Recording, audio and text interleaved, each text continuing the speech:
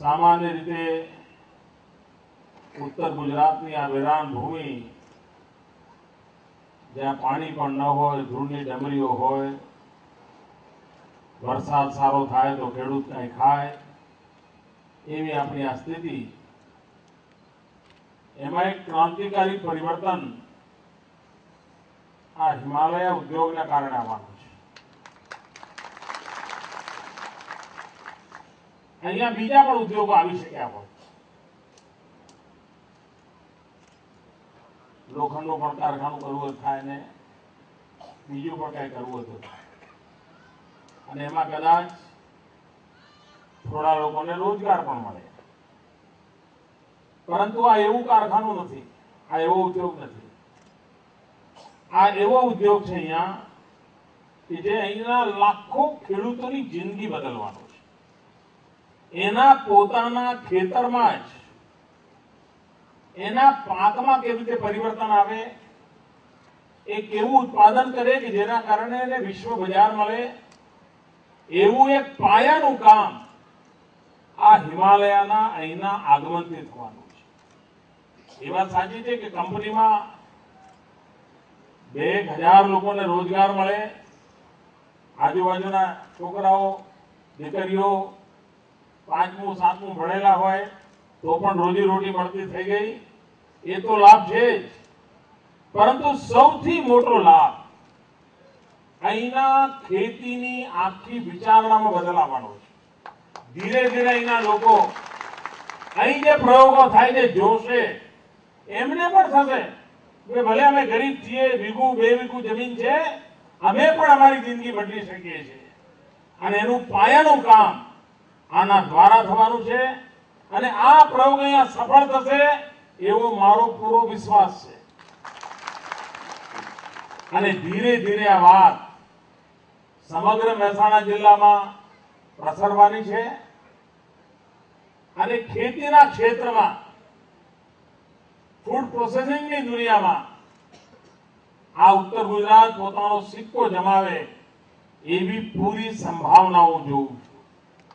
આવનારા દિવસોમાં 7મી મેથી ગુજરાત સરકારનો કૃષિ મહોત્સવનો કાર્યક્રમ શરૂ થશે। દરેક તાલુકામાં જ્યાં તાલુકા પંચાયતની બેઠક હશે એના એક ગામમાં આખો દિવસ કૃષિ અંગેના કાર્યક્રમો થવાના છે।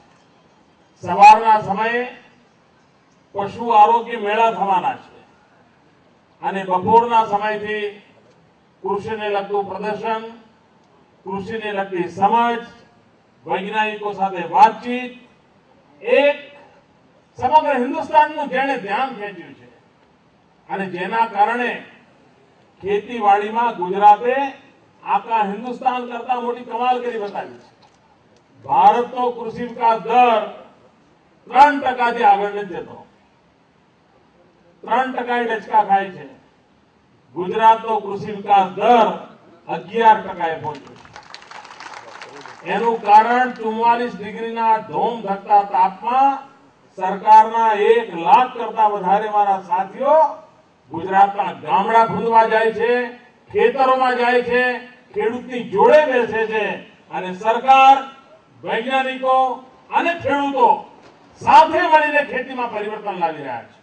અને એમાં આ પ્રકારનો પ્રયોગ, અને મેં આજે પણ અમારા મિત્રોને કહ્યું છે કે હિમાલય એક દિવસ માનો નક્કી કરે કે ભાઈ અઠવાડિયામાં 1 દિવસ વિઝિટર્સ માટે ખેડૂતો જોવા આવે, જુએ આને અને સમજે કે ભાઈ ખેતીમાં હવે બદલાવ કેવી રીતે આવ્યો છે। જમીન વગર પણ ખેતી કેવી રીતે કરી શકાય છે, પાણી વગર પણ ખેતી કેવી રીતે કરી શકાય છે, ટૂંકી જમીન હોય તો વધારે ઉત્પાદન કેવી રીતે કરી શકાય છે, એના અનેક પ્રયોગો, વૈજ્ઞાનિક પ્રયોગો પ્રત્યક્ષ જોવા માટે અહીંયા મળવાના છે। અને જે જવાનિયાઓ ખેતીમાં આવ્યા છે એ આધુનિક ખેતી કરવા તરફ વળ્યા છે। આનો મોટા મોટો લાભ આ પ્રકારનો દૃષ્ટિકોણથી જે લોકો કામ કરે એમને થવાનું છે। મારે શ્રીમાન મલિકજીનો એટલા માટે પણ અભિનંદન આપવા છે કે આજે જેમણે વાત કરી એ બતાવે છે કે એ ભલે ઉદ્યોગના ક્ષેત્રમાં હશે પણ સ્વભાવે સમાજનું ભલું કરવાની વૃત્તિવાળા હશે। નહીં તો કોઈ કારણ નહોતું કે આજે ઉદ્ઘાટનના દિવસે પોતાને ત્યાં કામ કરનાર લોકોનો પગાર 10% વધારી દેવાનો, નહીં તો પગાર વધારો આંદોલન કરવા પડતા. એના બદલે સામે ચાલીને આ બધાને 10% પગાર વધારો મળ્યો છે, તો ભાઈ હવે સામે જોજો બધાના 10% મળ્યું છે તો ભૂલી ના જતા. બીજી એમણે એક સારી વાત કરી, માત્ર પોતાનો ઉદ્યોગ નહીં, આ વિસ્તારના બાળકો ભણી ગણીને આગળ આવે અને એના માટે એમણે આજુબાજુના 5-7 ગામના બાળકોમાંથી જેને ભણવામાં રુચિ છે એવા 200 બાળકો પસંદ કરીને દર વર્ષે 1000 રૂપિયાથી લઈને 3000 રૂપિયા સુધીની સ્કોલરશીપ આ બાળકોને આપવાની જાહેરાત કરી. એનો અર્થ એ થયો કે 200 કુટુંબોમાં જે હોનહાર બાળકો છે, દીકરો હોય કે દીકરી, એનું ભવિષ્ય ઉજ્જવળ બનશે અને એમાંથી ડોક્ટરો, વકીલો, એન્જિનિયરો આપણા આ પટ્ટામાંથી તૈયાર થશે.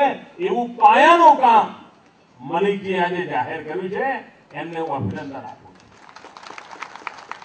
બીજી એક મજેદાર વાત કરી એમણે કહ્યું કે હું અહીંયા રમત ગમતનું સંકુલ ઉભું કરી, કારણ કે આ બાજુના લોકો કઠોર પરિશ્રમ કરે એટલે મજબૂત બાંધાના હોય, પરંતુ ટ્રેનિંગ ના થઈ હોય. જો અહીંના બાળકોની સારી ટ્રેનિંગ થાય તો ઉત્તમ ખેલાડી તૈયાર થાય એવી તાકાત ધરાવે છે. ઉત્તમ ખેલાડી તૈયાર થાય અને આ ઉત્તમ ખેલાડીઓ તૈયાર કરવાનું કામ એમણે પોતાના માથે લીધું છે. હું કલેક્ટરને પણ કહીશ કે મલિક સાથે બેસીને આ સમગ્ર બાબતને કેવી રીતે આગળ ધપાવાય એનો વિચાર કરે અને ગામડામાં એક રમત ગમતનું સારું કેન્દ્ર કેવી રીતે હોઈ શકે, ગામડાના દીકરા દીકરીઓ ઉત્તમ ખેલાડીઓ કેવી રીતે બની શકે. દાખલા તરીકે તીરંદાજી, હવે સેટ ટ્રેનિંગ મળે તો આપણા બાળકો તીરંદાજીમાં જરૂર આગળ આવી શકે અને એના માટે પદ્ધતિસરની વ્યવસ્થાઓ હોય તો ઉત્તમ ખેલાડીઓ પણ તૈયાર થઈ શકે અને જો આ પટ્ટામાંથી ગુજરાતમાં નામ રોશન કરે એવા ખેલાડીઓ તૈયાર થાય તો આપોઆપ અહીંની કીર્તિ ફેલાવવા મળે અને એનો લાભ આ પટ્ટાને મળે. બીજું એક મહત્વનું મેં કામ કર્યું, સામાન્ય માનવીને શિક્ષણ જોઈએ, આરોગ્ય જોઈએ, તંદુરસ્તી જોઈએ, આ બધાનું અમે મિલન કર્યું છે. એક વાત એવી કરી કે અમે આ હિમાલયનું અમારું જે ચાલે છે અહીંયા જ એક દવાની દુકાન ઉભી કરી અને આ વિસ્તારનો કોઈ પણ ગરીબ માનવી દવા લેવા આવશે તો એને બજાર કરતા અડધી કિંમતે દવા આપીશું. કેટલી મોટી સેવા થશે. આની પાછળ કંપનીનો ખર્ચો થવાનો છે, પરંતુ માત્ર કમાવાને બદલે સમાજની સર્વાંગીણ ચિંતા કરવી એ ભૂમિકાથી આ કામ એમણે જે કર્યું છે એ બદલ હું એમને અભિનંદન આપું છું. અને મિત્રો, આ ગર્વની વાત છે કે આ ફૂડ પ્રોસેસિંગનો જે પ્લાન્ટ છે, આ જે કામ ચાલી રહ્યું છે, આ સમગ્ર હિન્દુસ્તાનમાં મોટામાં મોટો પ્લાન્ટ છે. પત્રકાર મિત્રો, તમારા અભ્યાસ કરવા નહીં જવું, હું કહી દઉં છું. તમારા સીધીઓ માનસિંહ ની મને ખબર નહીં. આપણા હિન્દુસ્તાનનો મોટામાં મોટો પ્લાન્ટ, આ સૂકી ભડ ધરતીને આવડા મોટા પ્લાન્ટ હોવાનું ગૌરવ મળે એ ઇસલ મોટી બાબત છે. અને એના માટે આ વિસ્તારના સૌ સાથીઓ મિત્રોને ખૂબ ખૂબ શુભકામનાઓ પાઠવું છું. મલિકજીને ખૂબ શુભકામનાઓ પાઠવું છું. એમનું આ કામ અહીંયા ખૂબ વિકસે, ખૂબ વિસ્તરે અને અહીંના લોકો સાથે એવું હળી મળીને આખી પ્રગતિની મોરચો આગળ વધારે, જેથી કરીને દરેક કુટુંબમાં રોજી રોટી પહોંચે. ખૂબ ખૂબ શુભકામનાઓ. ધન્યવાદ.